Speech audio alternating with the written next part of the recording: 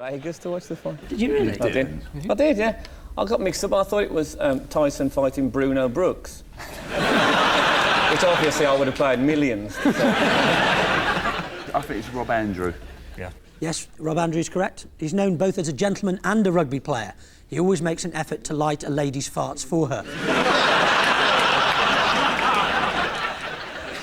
We're a bit lost on it, really. I think the only one's Mark McGee we can think of. No. Jockey Wilson.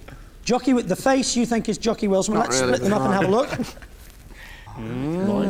So it's Mike Tyson, Rob Andrew and Mike Atherton. And of course, you know what they say, when Atherton fails, the England team fails. And when Atherton succeeds, the England team fails. Gary, Rory and Craig, your celebration comes from the third round of this year's FA Cup when Watford took on Wimbledon at Vicarage Road. Incidentally, keep an eye out for Liverpool Mick Harford's impromptu appearance. Try one, through Mooney, and this time it's gone in. And Mooney has scored against the Premiership side.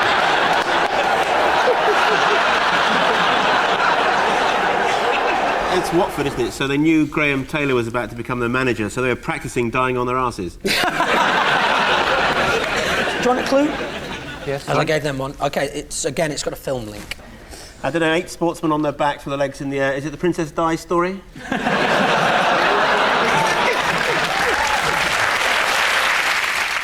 Let's then, if nobody knows it, hear Tom Mooney, the goal scorer, explain it for us. We were travelling home from an away game and we watched a film called Animal House. We decided that in the FA Cup game against Wimbledon, we'd try and beat them at their own game. And after I scored, the shout was dead ants and we laid down and wiggled our legs, hoping to wind Wimbledon up a little. Stamped on by Mick Harford. They did stop very quickly after Mick Harford went through them, and then Vinnie Jones appeared with a kettle of boiling water. So many thanks there to Tom Moody for providing us with that explanation, but we can't possibly let him go without humiliating him unnecessarily. Here are some of Tom's other attempts to tell the story in one sentence. We watched a film called Dead Ants. No. Wimbledon are renowned for their celebrations. We thought we'd try and beat them at our own game. Their own game. Whilst travelling back from an away game, we watched a film on the TV. In one of the scenes, there was a dead ant situation.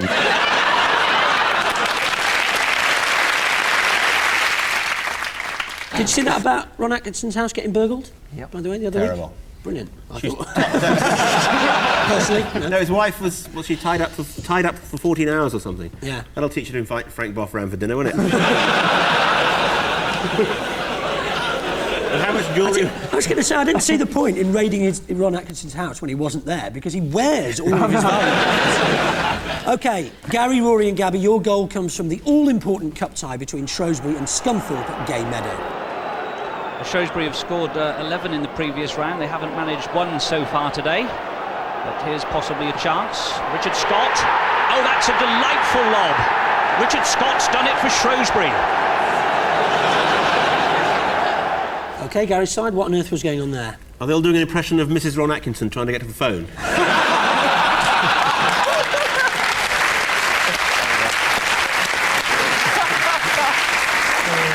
Yes, that's correct, 3 points. I think it's their impression of Chris Waddle. Waddle? Yeah. No, Waddle. Oh, look, I tried. I tried. No, Gabby, It's the only footballer. Waddle in footballing terms doesn't mean to sort of walk in a waddly way. It means to miss a very important penalty in a crucial to waddle. I know 3 footballers, and that's 1, 2. Who's the third? Ginola. Do that face again, Gabby. No, that was just once. You have to say the name again. Ginola. What? Let's try this one. Lineker.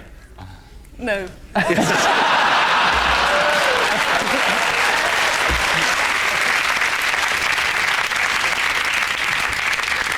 Gary, Rory and Chris, your clip comes from 1989, and it's a cricketing one involving a certain Mr. David Gower.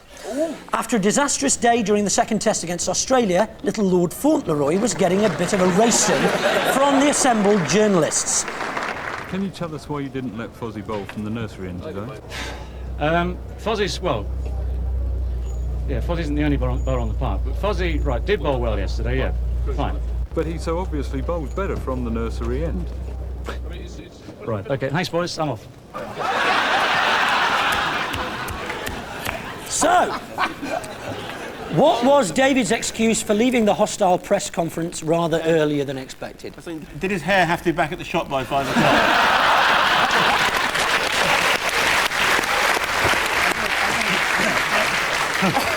Go and do it for us, David. Go and do it for us. No, later. Just a few more lines first, then I'll go. It's typical Gower performance, wasn't it? He dealt with a couple of easy ones, looked good, then suddenly he's out.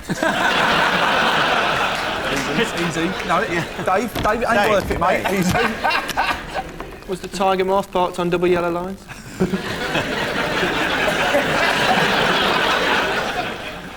You weren't rushing off through Will Carling's alibi, were you? Yes, he's with me, Julia. He can't talk now. He's in bed reading the Bible. Wasn't he going to go to the theatre or something like that? He claimed he had opera or theatre tickets. He really went for a drink for a couple of hours because I was there. He said he's meeting friends at the opera. Yes, I'm going to have to give you the points, David. Would you like to confirm that that is indeed what happened? I had to go to Anything Goes. And I must say, David, you were very defensive during that press conference. Maybe if you tried that out on the pitch. David, Lee and Teddy, your excuse comes from Spain. Earlier this season, Seville's Real Betis, seen here playing local rival Sevilla, refused to let a season ticket holder into any more home games for the flimsy and pathetic reason that he had died the previous week. So what excuse were his family given for not being allowed to take the dead man into the ground? Is it because he spoils the atmosphere? Because every time the Mexican wave gets to him, it just stops.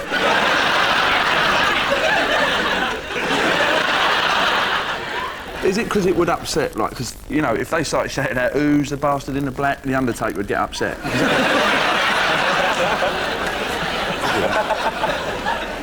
Well, that's the closest so far. It's all gone quiet over there.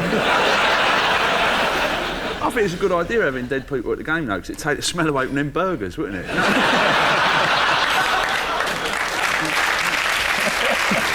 It must be something peculiarly Spanish because it doesn't happen in England because Graham Kelly goes to every FA Cup final, doesn't he?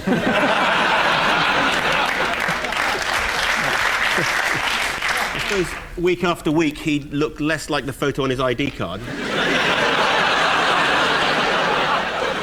I don't think we're going to get this, are we? Let's actually hear the explanation from a Real Betis fan. The son had put his ashes in a glass container, so security wouldn't let him in. He couldn't take a glass container of his father's ashes into the ground. I mean, it's coming to something, isn't it, when you can't take a bottle of pop to the game.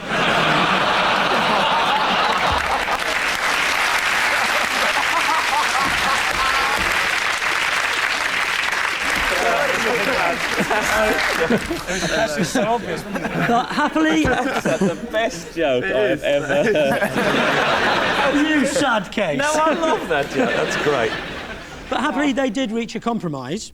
So he put him in a milk cartoon, and so the next derby between Betis and Sevilla, the Sevilla fans waved lots of milk cartoons to pull our legs. Yep.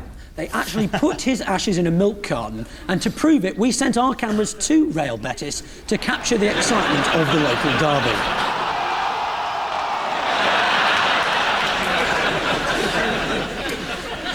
How many hours a day do you practice, Mister? I play a lot. I practice about sort of 6 or 7 hours a day. And you still get beat? That's quite tough. I'd cut down on that playing, right, you know, and have a bit of a social life, mate. That's why. Because, like, if you don't practice, you stand up and still get your ass kicked and go out for the evening, couldn't you?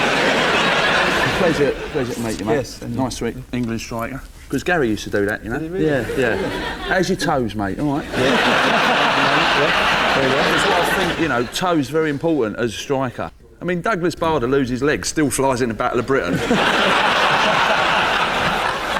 Hey, oh, splinter in my toe! Stevenage Borough, that team there, they had a former Brazilian World Cup player who used to play for them from the 1970 World Cup. He used to play for Stevenage Borough. Just a bit of trivia there. Who's that? His name was Jorso. Yeah? You're so gullible. Yes! Set up! Steve, you know when you're playing snooker, right, and you're like, you know, like the other geezer, he's a bit ahead. What, and I lose? No, perhaps you might make a surge in recovery. Yeah? Highly unlikely, but let's carry on. So you're sitting there, right, and the other bloke is playing, and he's like scoring loads of points, and you're sitting there, and you're sort of tempted, if he's playing a shot straight down towards you, so the camera's behind him and they can't see you, sit there and go... you know, put him off a bit, do you know what I mean? And if anybody says anything, you say, no, it's chalk, mate, that's all. Chalk. You do that. Poor Steve, he's sitting there, right, he's taking a beating, and there's nothing, you just got to take the punishment, don't you? You can't hide, no, and... well, why would you want to? It'd be quite funny if you did, wouldn't it? If you'd hidden, like they could say, Stephen Hendry, break of 35.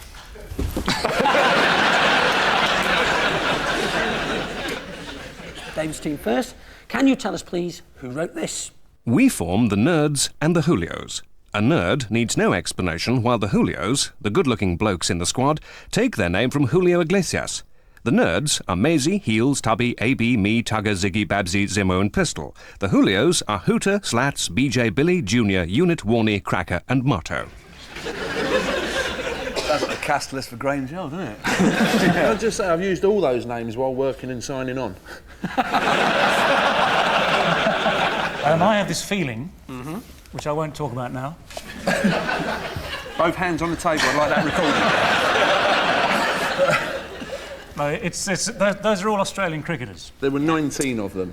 And we've worked it out, that's how they beat us. So, because they had far too many people on the pitch. Yes, 11, I think. If you've got to explain it, it ain't funny. Carry on. Look at the names that were there. I think it must have been Merv Hughes who wrote the book. Absolutely correct, Merv Hughes. From his...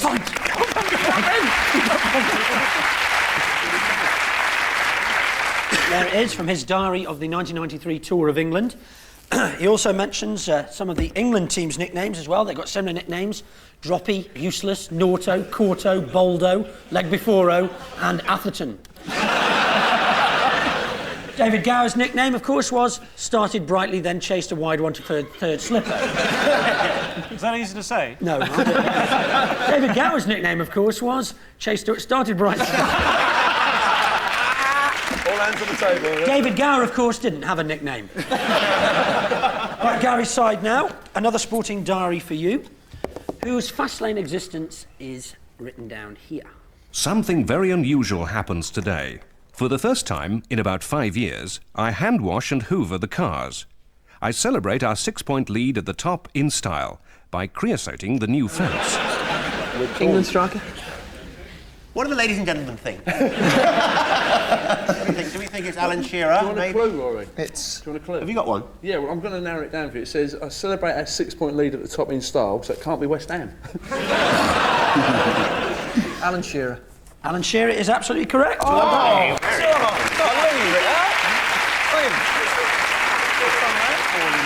There's also another bit in it, apparently, where he says he scored his first goal for England, rushed home, hurled his wife onto the bed and hoovered where she'd been standing.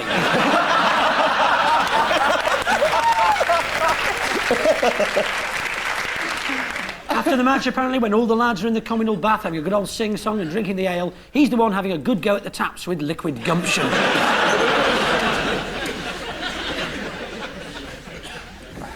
OK, can we have our next mystery guest, please?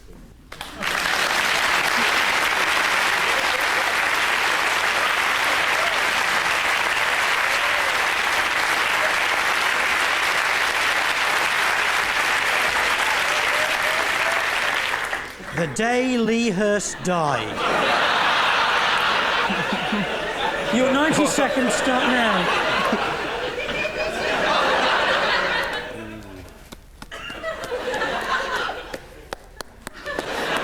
Is it RoboCop? It is! Oh, don't feed You're it. dead, you're dead. Is it a Pitbull Terrier? Is this Frank Bruno's grand? Come on there! You've got your blindfold on, Sharon. I certainly have. Can you see anything? No.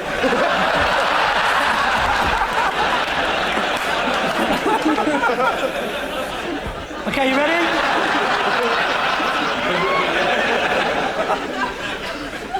OK, can we have our next mystery guest, please?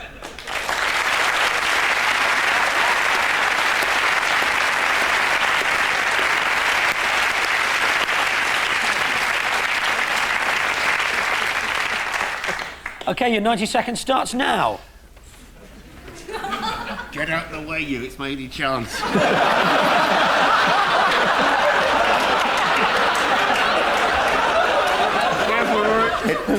It's someone who cheats at Sabutia. Nice arm we got. Huge calves. God, they should be exported to France in wooden boxes. Any idea, Sharon? Whereabouts are you? I'm just about to go to check the lunchbox. What are you doing down there? Anyone you recognise? I think so. I hope so. How many does that narrow it down? Is it all there? Are they rough hands? Hang on, excuse me. Quite smooth, actually. Are they cold hands? A bit, This is a touching scene. Come on, Here's a clue. What was the code again? OK, It was running out of time. Welsh rugby player. It's 6 seconds. Jones. Gareth Edwards. 3, 2, Gareth Edwards, he's small. That's your time. Can't be. Who played that? I didn't know. Billy Jones, ladies and gentlemen, thank you.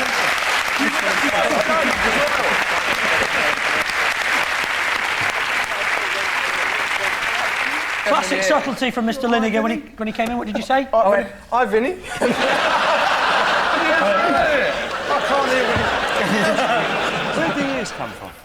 Vinny brought them on. Did they? Yeah, we don't know whose they are, by the way. He's just ripped them off somebody outside. He did say when you said is his name Jones?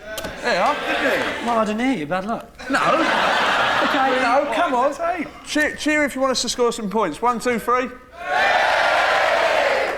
What's it got to do with you?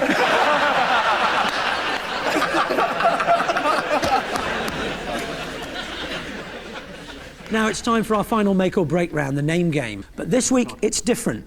This week the clues have to be given in the form of impressions. No passing, no rhyming, and no mentioning the sport involved. So just to make that clear, Rory and Lee will actually have to do a proper impression of the person whose name is on the card. The winning team goes first. That's Gary's team. You pass that across to Rory. Are we the winning team then this week? You're winning at the moment. And your 90 seconds start now. Now then, young man, it's all in Ryan Clough. And you join us here. Ted Lowe. It's all in a brown paper bag under the... Leicester Pickett. I'm not an Irish man myself, but my brother should wear one. I'm not Irish myself, but I recognise Irish people. Big Jack Charles. Yeah. You cannot be serious, Gary. John McEnroe. Very good. They're all the same. If you're going to take the piss out of my hair, I'm going to go. Gower, David Gower.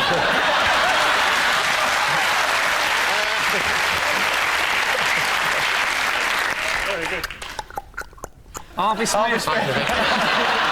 Extraordinary game here. Extraordinary in the FA Cup. It really is Rory extraordinary. Bremner.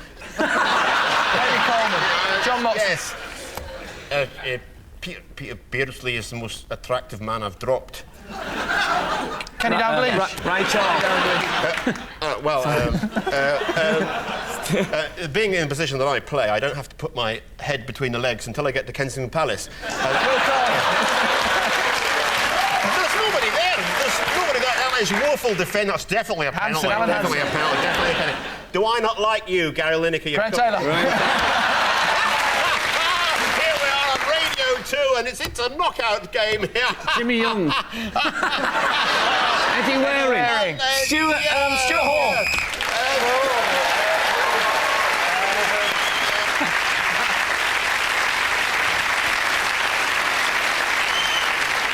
Well, you did magnificently well there, so you've gone up to 20 points, which means that you need 14, Lee. Yeah, right. 14? And your 90 seconds start now. And there goes Mansell. Murray Walker. Grant, why are you doing this to me? You know what I mean? Quite extraordinary. Liverpool won, Arsenal did. David Coleman. Correct. And there he goes again, the bloke I just mentioned. Murray Walker. No, the driver. Manson. Hold on. Bob. Hello. Make the middle. What? No, there you go. I jump over and I jump over and I kick. Oh my God. Clinton, I was Can I just say that Teddy said Jean-Claude Van Damme? Hello, I'm the nicest man in the world, and I'm sitting over there next to the hairy one. I don't know the voice, but same. Jimmy Hill. Jimmy Hill. Ow! Tennis player. Tennis. Big tits. Gaza. He's on last week. Chris Agabusi. Ellen Hughes. I'm not quite that this one. That's the small. No, I've got more. Lee Hurst. But he swims. Duncan Goodyear. Jimmy Greaves.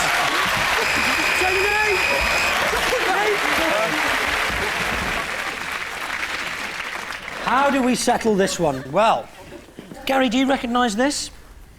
Yes, I think it looks like Gary Lineker's soccer This quiz is book. indeed Gary Lineker's soccer quiz book, written, allegedly, by Gary Lineker.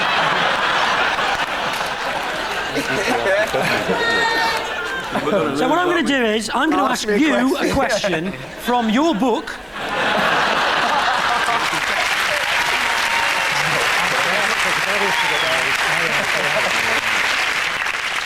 If you get it right, or if I say you get it right, your side wins. If you get it wrong, David's side wins. Is that fair? What about the David Gower book of cricket questions? Don't we get that out? Well, maybe that'll happen another time, clever clogs. Maybe it's just down here.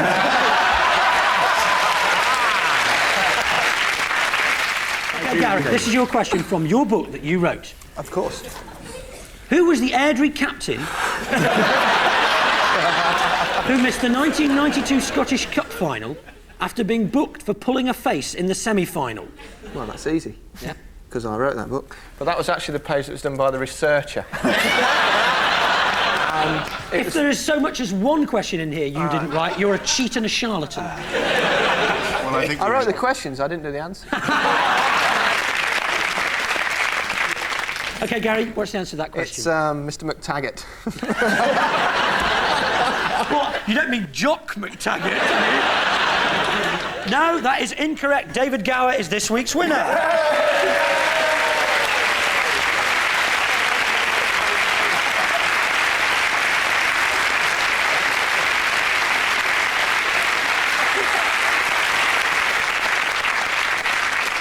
David Gower is now going to spend the next 3 weeks reading his book. I've got far better things to do than that. I don't think you have, mate.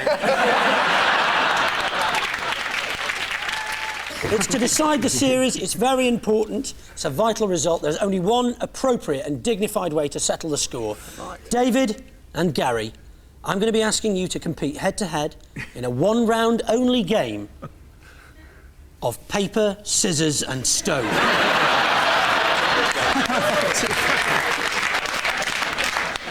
OK. Are we playing Iraqi rules? Which is It's one round only. This could go on sometime. Another draw. Can I just point out the tragedy of Rory and Gary discussing tactics? That is pathetic. OK, ready? You ready? Just explaining the rules. Okay. So we don't play that at Posh School. All right. Yeah. Ready, Gary? Gary? 1, 2, 3. Yes! I told you it did. Fair enough.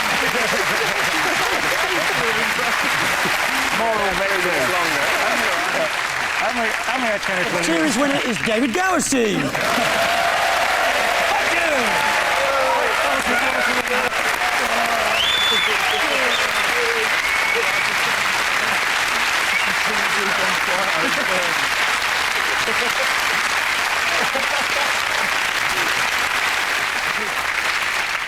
They thought it was all over then. It wasn't, but it is now. Good night.